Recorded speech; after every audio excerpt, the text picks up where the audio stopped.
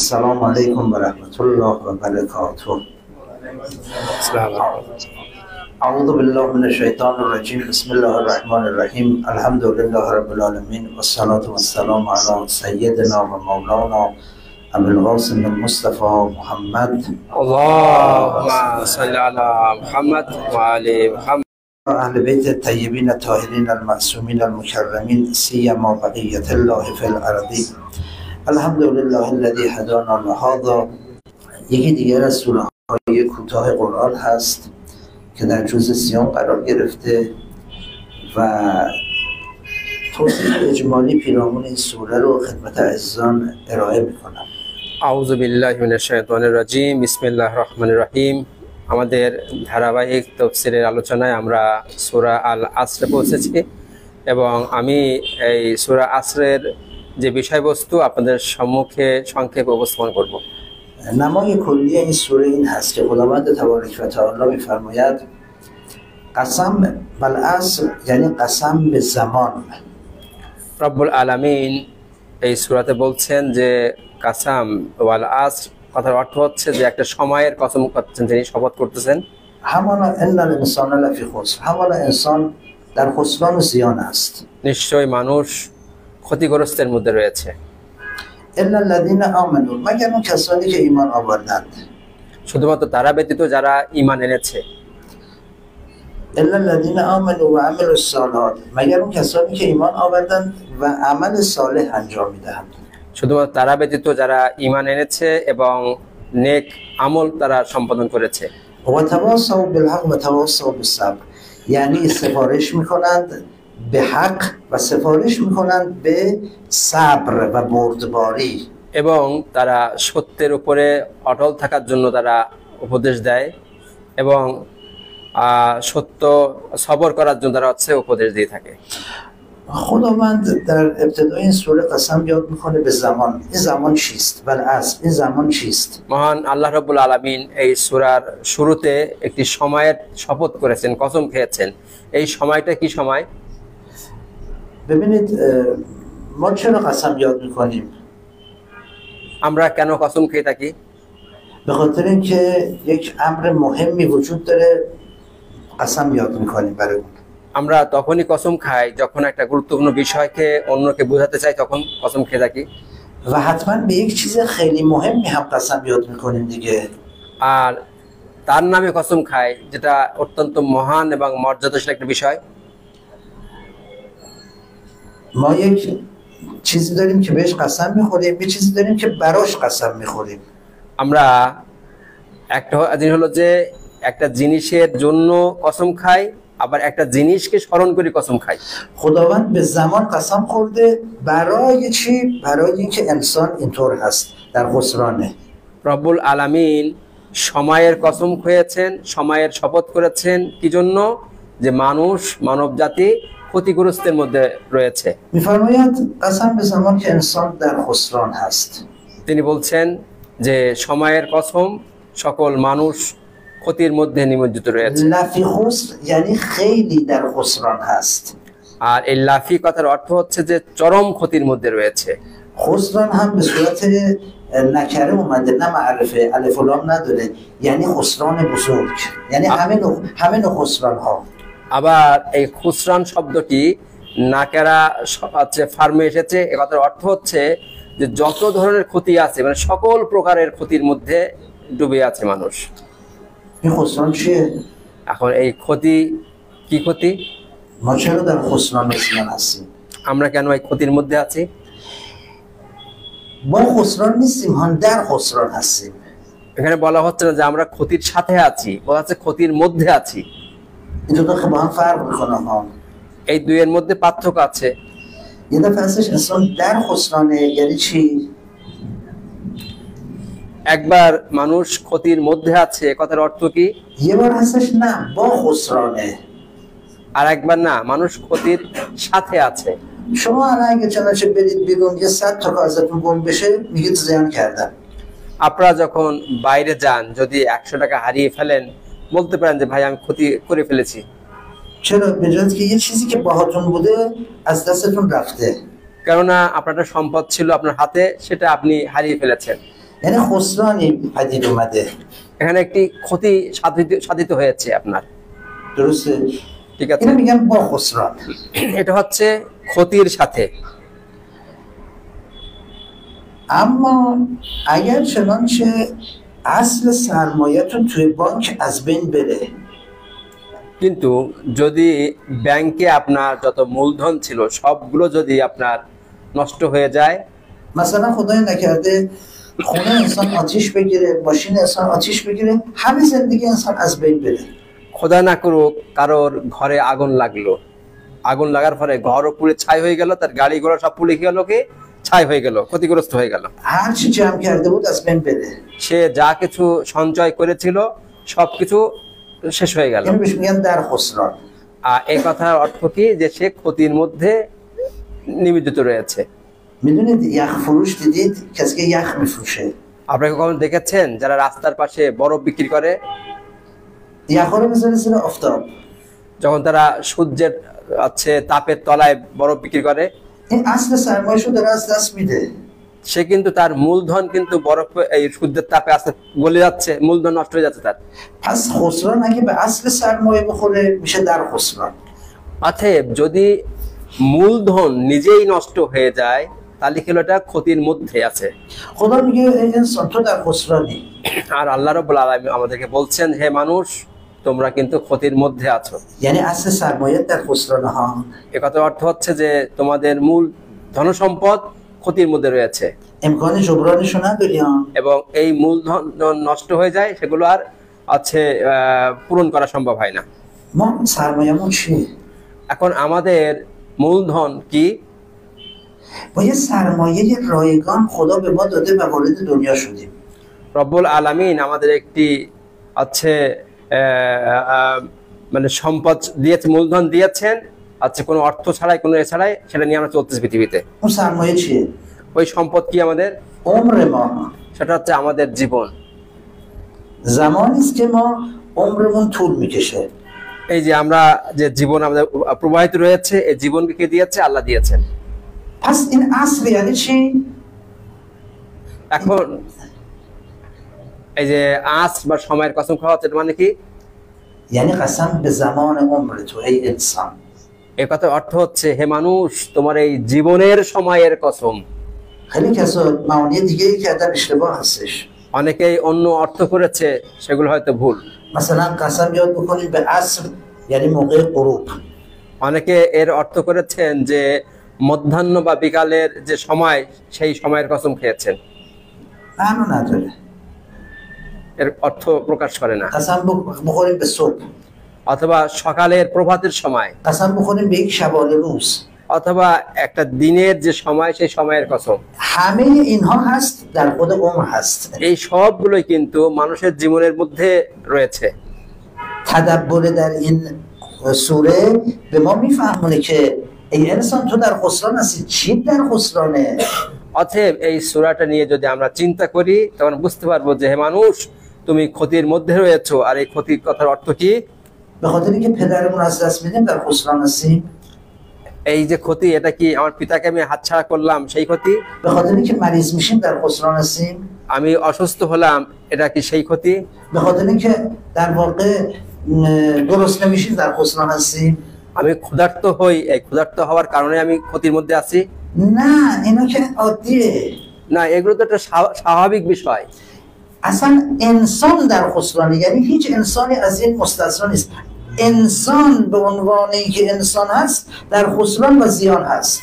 না, এসবগুলো না, বরং প্রত্যেকটি মানুষ, যত মানুষ আছে, মানুষ মাত্রই এই ক্ষতির মধ্যে নিমজ্জিত রয়েছে, ডুবে আছে।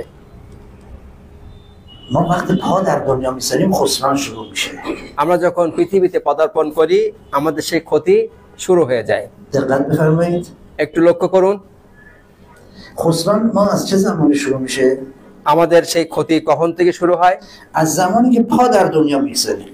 যেদিন আমরা পৃথিবীতে পা রাখি সেদিন থেকে। یعنی از زمانی که عمر ما آغاز میشه.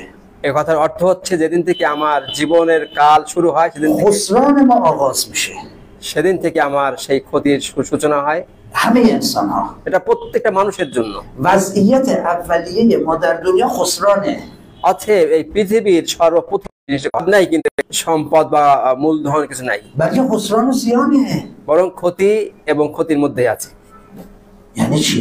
এ কথার অর্থ কি? یعنی اینکه اگر چنانچه شما نگاه کنید ما تلاش نکنیم، فعالیت نکنیم، این وضعیت اولیه رو برنگردونیم، کاملا خسران ادامه پیدا میکنه. অতএব আমরা যদি চেষ্টা না করি, প্রচেষ্টা না করি, তাহলে আমাদের এই প্রাথমিক যে মানে ক্ষতি, সেই ক্ষতি থেকে কিন্তু আমরা নিজেদেরকে উদ্ধার করতে পারবো না।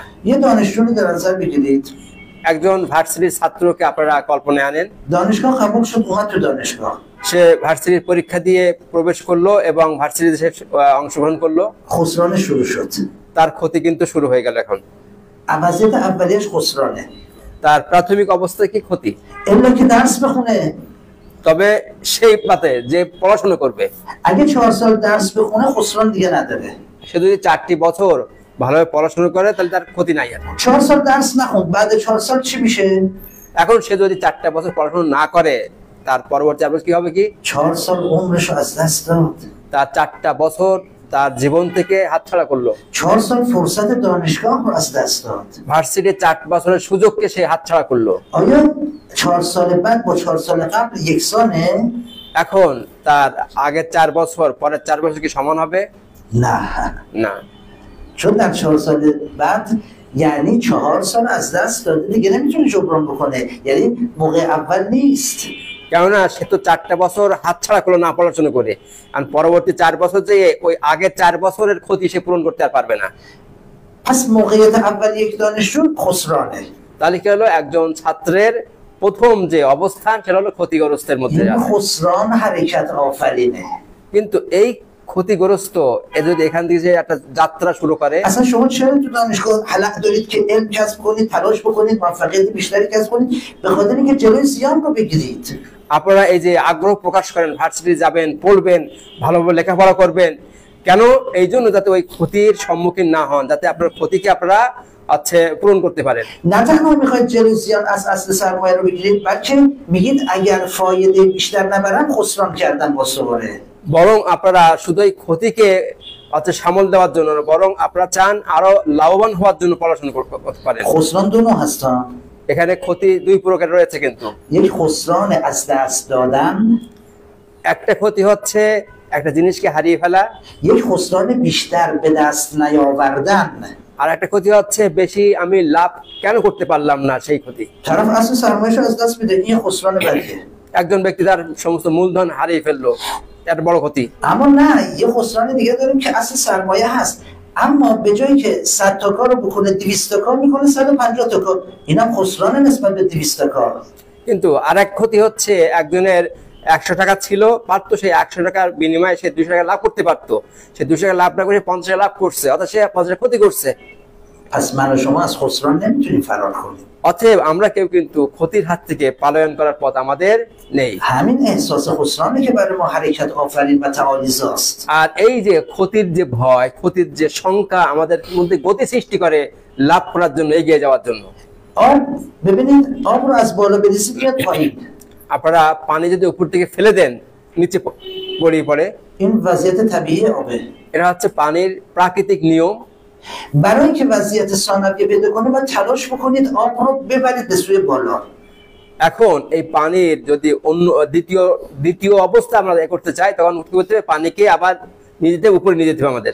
انسان رو رها بکنید در دنیا هبوط میکنه.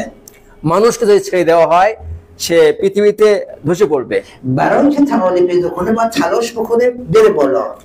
আর সে যদি চায় উপরে উঠতে, তাকে চেষ্টা করতে হবে, প্রচেষ্টা করতে হবে। پس وضعیت اولیه انسان خسران و هبوطه. তাহলে মানুষের প্রাথমিক অবস্থা কি? ক্ষতি এবং হচ্ছে নিচে অবনীত হওয়া, পড়ে যাওয়া। خدا به آدم و حوا چی گفت؟ আল্লাহ রাব্বুল আলামিন হযরত আদম এবং বিবি হাওয়াকে কি বলেছিলেন? قل نهبطوا منها فإما يأتينكم مني هدى فمن تبع هداي فلا خوف عليهم ولا هم يحزنون. به اونها گفتش ای بشر، ای انسان، اهبط یعنی نزول کن، فرود آی. به کجا؟ به زمین. রব্বুল আলামিন হযরত আদম আলাইহিস সালাম এবং বিবি হাওয়া কি বললেন? কি হে আদম, তোমরা কি করো? কি পৃথিবীতে অবতরণ করো, তোমরা নেমে যাও। ما محبوط هستیم، ما فرود آمده هستیم. আমরা অতএব আমরা নেমে যাওয়া সেই প্রাণী। اگر چنانچه به این حالت فرود ادامه بدیم خسران است. আর যদি এই নেমে যাওয়ার গতি আমাদের অব্যাহত থাকে তাহলে আমরা ক্ষতিগ্রস্ত হয়ে যাব। فمن تبع هدایت من میاد. اگر از هدایت من تبعیت کردی بالا میای. অতএব যদি রব্বুল আলামিন বলছেন যদি রব্বুল আলামিনের হেদায়েত যদি অনুসরণ করি তাহলে আমরা সেই উপরের দিকে আরোহণ করব। پس میبینید الان ما خسرانمون در چیست؟ এখন কি আমরা বুঝতে পেরেছি যে আমাদের ক্ষতি কোথায়? خسران ما در چیست؟ আমাদের ক্ষতি কোথায়? در اصل عمر ماست. ক্ষতি হচ্ছে আমাদের মূল যে জীবন আমাদের সময়। دقت میکنید؟ আপনারা কি লক্ষ্য করছেন? خسران ما در اصل عمر و زمانی است که در اختیار ما قرار داده شده است. আমাদের যে ক্ষতি আমাদের যে মূলধন যে জীবন যে সময়কে আল্লাহ দিয়েছেন সেটাকে আমরা ক্ষতিগ্রস্ত করছি। رضا خدا قسم یاد میکند. আর এই জন্য রব্বুল আলামিন এই সময়ের কসম খেয়েছেন তিনি।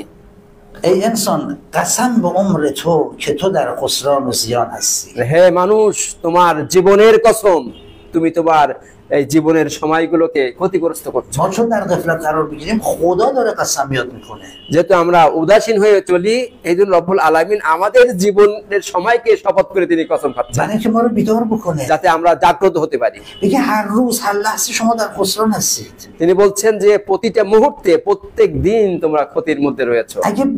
اگه زیاد میخوابی در خسرانی.